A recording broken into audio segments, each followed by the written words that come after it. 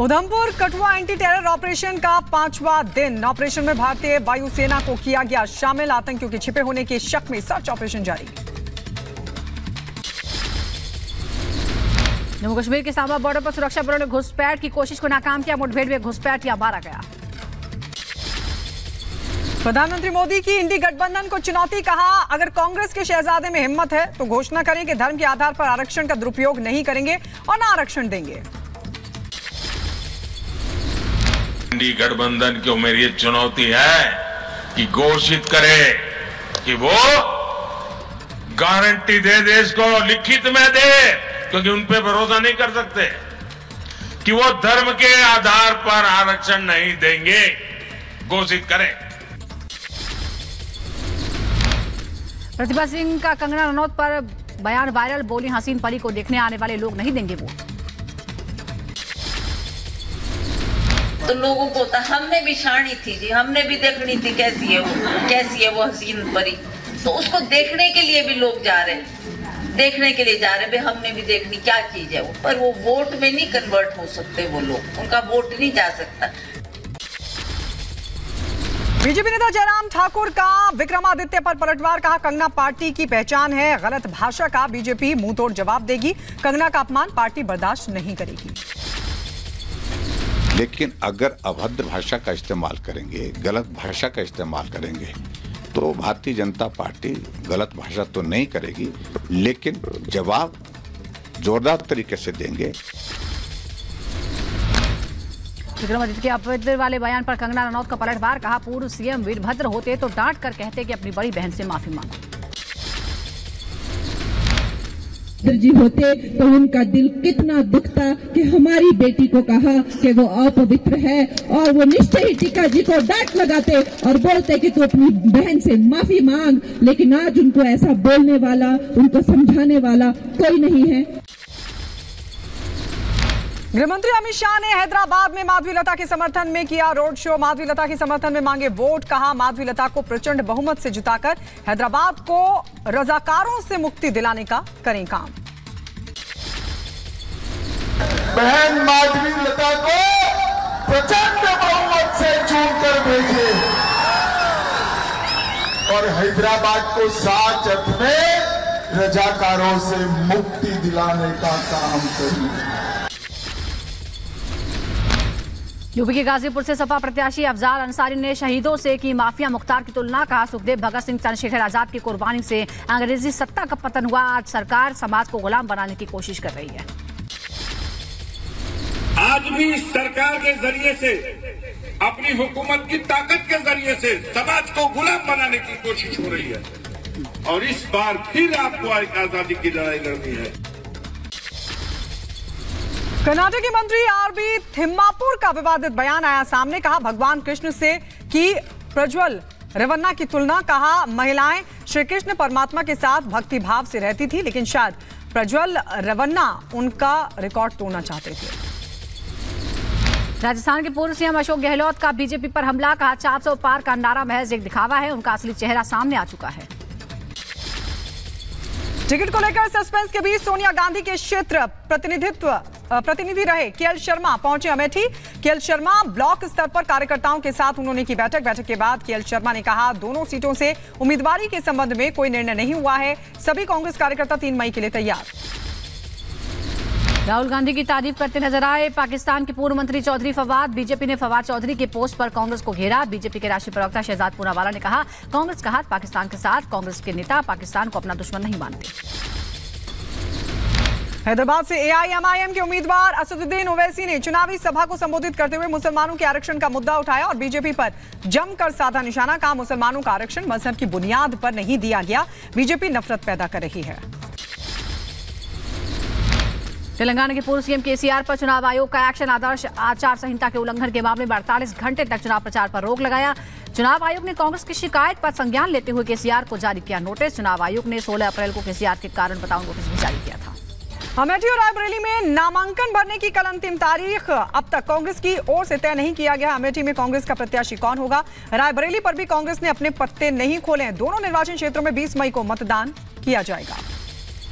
जम्मू कश्मीर के राजौरी में पीडीपी प्रमुख महबूबा मुफ्ती ने रोड शो किया। अनंतनाग राजौरी से लोकसभा उम्मीदवार हैं महबूबा मुफ्ती। चुनाव आयोग ने तेलंगाना की सभी 17 संसदीय सीटों पर मतदान समय में किया बदलाव। सुबह 7 बजे से शाम 6 बजे तक डाले जा सकेंगे वोट। चुनाव आयोग ने जारी किया नोटिफिकेशन भी। राजस्थान के अजमेर में लोकसभा चुनाव के लिए रीपोलिंग हो रही है। राजस्थान की सभी 25 सीटों पर 19 और 26 अप्रैल को मतदान हुआ था। बूथ पर पोलिंग पार्टी की गलती के कारण आज फिर से वोटिंग हो रही है। आंध्र प्रदेश में वाईएसआरसीपी का चुनावी अभियान शुरू। विजयवाड़ा से वाईएसआरसीपी उम्मीदवार हैं देवनेनी अविनाश। गुजरात के वडोदरा में सामूहिक विवाह का आयोजन हुआ। विवाह समारोह में सामूहिक रूप से मतदान करने की ली गई शपथ। बीआरएस नेता कृष्ण मन्ने को पुलिस ने किया गिरफ्तार। उस्मानिया विश्वविद्यालय में छुट्टियों के संबंध में परिपत्र को लेकर हुई गिरफ्तारी। कल ओयूपीएस में दर्ज की गई थी शिकायत। दिल्ली स्कूल में बम की धमकी के मामले में सूत्रों से खबर। दिल्ली के संस्कृति स्कूल में धमकी के एक नहीं 2 मेल आए थे। दोनों मेल में ज्यादा टाइम डिफरेंस नहीं था। उत्तर प्रदेश के हरदोई में अवैध हथियार फैक्ट्री का पुलिस ने किया भंडाफोड़। 6 तमंचे, भारी मात्रा में अधबने असले, कारतूस और खोखे भी बरामद। पुलिस ने 2 लोगों को किया गिरफ्तार। पाकिस्तान में फिर उठा जबरन धर्मांतरण का मुद्दा। हिंदू सांसद दानेश कुमार ने चंद लोगों की वजह से बदनाम हो रहा है पाकिस्तान ने कहा। सिंध के डकैत हिंदू लड़कियों को जबरन कबूल करवा रहे हैं इस्लाम। प्रधानमंत्री मोदी का आज गुजरात दौरा। गुजरात में 4 जनसभाओं को संबोधित करेंगे पीएम मोदी। सुबह 11 बजे आनंद में, 1 बजे बड़वाना में, दोपहर 3:15 बजे जूनागढ़ में और शाम 5 बजे के करीब जामनगर में करेंगे जनसभा को संबोधित। आज यूपी के दौरे पर रहेंगे गृह मंत्री अमित शाह। बरेली, बदायूं, सीतापुर में जनसभा करेंगे। लखनऊ में 5वें चरण की सीटों की तैयारियों को लेकर संगठन की बैठक में हिस्सा लेंगे। उत्तर प्रदेश के सीएम योगी आदित्यनाथ आज सैफई परिवार के गढ़ वाली मैनपुरी लोकसभा क्षेत्र में करेंगे road show. BJP Amethi KL Sharma block स्तर पर कार्यकर्ताओं के साथ उन्होंने बैठक की। बैठक के बाद केएल शर्मा ने कहा दोनों सीटों से उम्मीदवारी के संबंध में कोई निर्णय नहीं हुआ है। सभी कांग्रेस कार्यकर्ता 3 मई के लिए तैयार हैं। राहुल गांधी की तारीफ करते नजर आए पाकिस्तान के पूर्व मंत्री चौधरी फवाद। बीजेपी ने फवाद चौधरी के पोस्ट पर कांग्रेस को घेरा। बीजेपी के राष्ट्रीय प्रवक्ता शहजाद पूनावाला ने कहा कांग्रेस का हाथ पाकिस्तान के साथ। कांग्रेस के नेता पाकिस्तान को अपना दुश्मन नहीं मानते। ये रिश्ता क्या कहलाता है राहुल जी? आज तो सब कुछ सामने खुलकर आ गया है। तो क्या पाकिस्तान का हाथ कांग्रेस के साथ और कांग्रेस की बात पाकिस्तान के साथ? अब पाकिस्तान भी कांग्रेस को प्रमोट कर रहा है। पाकिस्तान के नेता कांग्रेस को प्रमोट कर रहे हैं। हैदराबाद से एआईएमआईएम के उम्मीदवार असदुद्दीन ओवैसी ने चुनावी जनसभा को संबोधित करते हुए मुसलमानों के आरक्षण का मुद्दा उठाया और बीजेपी पर जमकर निशाना साधा। कहा मुसलमानों का आरक्षण मजहब की बुनियाद पर नहीं दिया गया। बीजेपी नफरत पैदा कर रही है। अरे मोदी जी, रिजर्वेशन मुसलमानों का मजहब की बुनियाद पर नहीं दिया गया। आप नफरत पैदा कर रहे हैं। बसपा सुप्रीमो मायावती भी आज मैनपुरी पहुंचेंगी। बसपा प्रत्याशी शिव प्रसाद यादव के समर्थन में लोगों से वोट की अपील करेंगी। कृष्ण मैदान से बने मंच से जनसभा को संबोधित करेंगे और बीएसपी प्रत्याशी की जीत को सुनिश्चित करेंगे। बिहार के हाजीपुर लोकसभा सीट से आज चिराग पासवान करेंगे नामांकन। हाजीपुर लोकसभा सीट पर 5वें चरण में मतदान होने हैं। सुबह 10:30 बजे सुभाष चौक हाजीपुर में जनसभा को भी करेंगे संबोधित।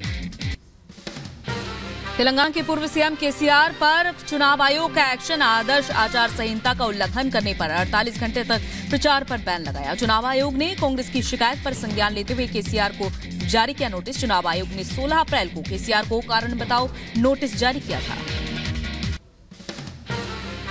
कांग्रेस से निष्कासित संजय निरुपम की शिवसेना शिंदे गुट में जल्द होगी वापसी। कांग्रेस ने संजय निरुपम को अनुशासनहीन नेता और पार्टी विरोधी बयानों के लिए 6 साल के लिए निष्कासित कर दिया था। निरुपम 3 मई को अपने सभी साथियों के साथ शिवसेना शिंदे गुट ज्वाइन करेंगे। गुजरात के वडोदरा में सामूहिक विवाह का आयोजन। विवाह समारोह में सामूहिक रूप से मतदान करने की शपथ ली गई।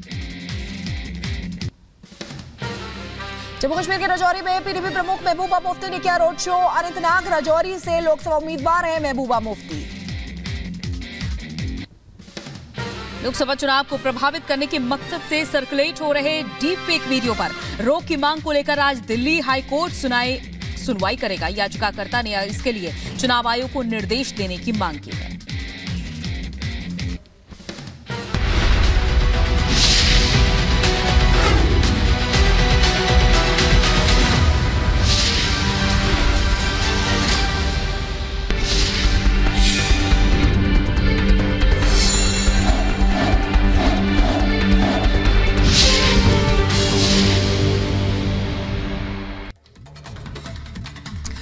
लोकसभा चुनाव में ऐसे में भोजपुरी गाने, Bollywood song, rain dance, Lok Sabha चुनाव के लिए जारी चुनावी शोर में ये सब कुछ दिखाई और सुनाई दे रहा है। अपने अपने तरीकों से वोटरों को लुभाने की कोशिश की जा रही है। आपको दिखाते हैं कि नेताओं से लेकर अभिनेताओं की जुदा तस्वीरें।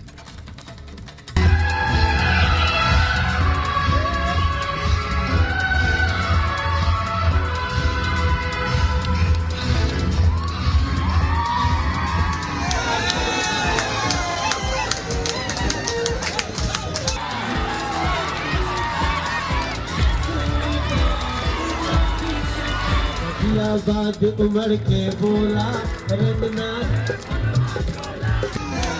देश के लोकतंत्र का महापर्व है। हर तरफ चुनावी माहौल है। इस माहौल के बीच नेताओं और उम्मीदवारों की जुदा अंदाज वाली तस्वीरें भी सामने आ रही हैं। क्या नेता, क्या अभिनेता, क्या कार्यकर्ता और क्या आम जनता, हर कोई दो पल खुशी के जीते हुए दिखाई दे रहा है।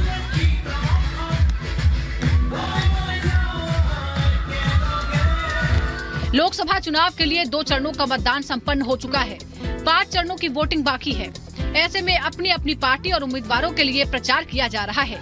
इस चुनावी थकान के बीच बॉलीवुड सुपरस्टार गोविंदा अपना सिग्नेचर डांस करते हुए भी दिखाई दिए।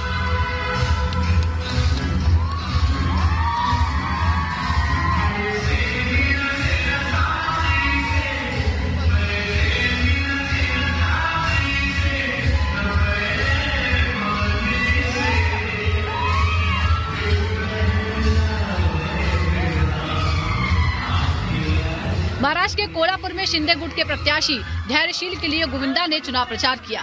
इस दौरान कार्यकर्ताओं की फरमाइश पर गोविंदा थिरकते नजर आए।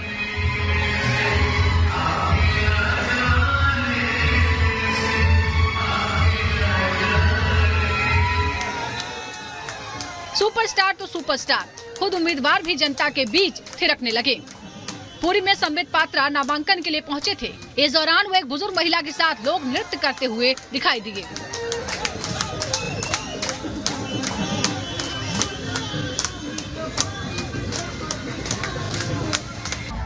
नेता, नेतृत्व और नियति पर अगर विश्वास हो जाए तो लोकतंत्र में ऐसी तस्वीर देखने को मिलती है। तस्वीरें असम के मुख्यमंत्री हिमंता बिस्वा शर्मा की है, जो अपने बयानों और फैसलों के लिए जाने जाते हैं। लेकिन हिमंता का जनता के बीच वाला ये रेन डांस सोशल मीडिया पर जमकर वायरल हो रहा है।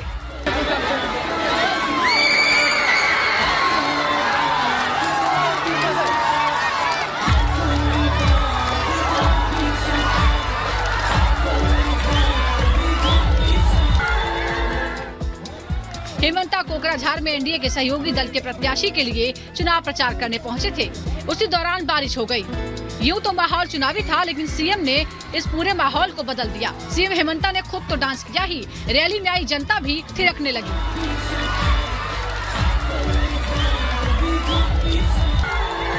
हिमंता की आम जनता के बीच अच्छी पकड़ है और शायद यही वजह है कि उनके जुदा अंदाज पर जनता फिदा है। असम के चिरांग में भी चुनावी गानों पर उनका डांस सुर्खियों में रहा।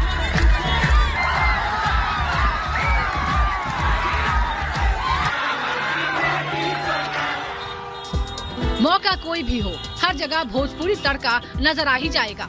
और इस चुनाव में तो भोजपुरी उम्मीदवारों की भरमार है। बिहार की काराकाट से भोजपुरी सुपरस्टार पवन सिंह मैदान में है और अपने ही अंदाज में चुनाव प्रचार कर रहे हैं। रिपब्लिक भारत से बात करते हुए सुनिए कैसे अपने लिए वोट मांग रहे हैं। काकी चाची दादी बात रखी याद, आइल काराकाट तो हर पवनवा मांगेला घूमी घूमी, आशीर्वाद मांगेला घूमी घूमी। भोजपुरी की बात हो और मनोज तिवारी का जिक्र न हो, ये तो हो ही नहीं सकता। मनोज तिवारी जो खुद बीजेपी के उम्मीदवार हैं, गाजियाबाद में बीजेपी प्रत्याशी अतुल गर्ग के लिए प्रचार करते नजर आए। अतुल गर्ग के लिए मनोज ने भोजपुरी गाना गाकर वोट मांगा। भारत हर्षा कर बोला, रंगना है भगवा चोला, भगवा चोला। हर सड़क बनेगी, पुल भी बनेगा, होगा बम बम भोला। लोकतंत्र के इस महाउत्सव में सभी अपने अपने तरीकों से चुनाव प्रचार में लगे हैं। कुछ दिन पहले ही कुछ नेताओं की तस्वीरें सामने आई थी, जिसमें कोई खेत में घास काट रहा है तो कोई दुकान पर समोसे तल रहा है। ये चुनाव है और जीत के लिए सब कुछ करना पड़ता है। Bureau report, Republic Bharat.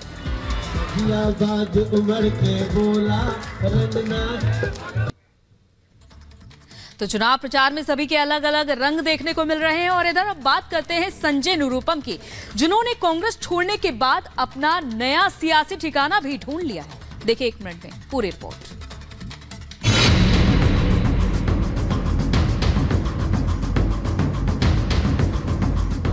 हाल ही में कांग्रेस से इस्तीफा देने वाले संजय निरुपम ने आखिरकार अपना नया सियासी ठिकाना तय कर लिया। संजय निरुपम सीएम एकनाथ शिंदे के नेतृत्व वाली शिवसेना में शामिल होंगे। शिवसेना में वापसी को संजय निरुपम ने अपनी घर वापसी करार दिया। परसों मैं अपने सभी साथियों के साथ शिवसेना में दोपहर बाद कोई एक टाइम तय होगा, मुख्यमंत्री जी की उपस्थिति में प्रवेश करूंगा। हाँ, प्रवेश करना मतलब ज्वाइन करना ही होता है। जब पार्टी ज्वाइन करेंगे तो पार्टी के जितने भी उम्मीदवार होंगे, सारे उम्मीदवारों के लिए जोरदार तरीके से प्रचार किया जाएगा और शिवसेना का एक एक उम्मीदवार चुनकर के आए, इसके लिए पूरा प्रयत्न किया जाएगा। हालांकि संजय निरुपम ने यह भी साफ किया कि वो इस बार का चुनाव नहीं लड़ेंगे और शिवसेना उम्मीदवारों को जिताने के लिए काम करेंगे। Bureau report, Republic Bharat.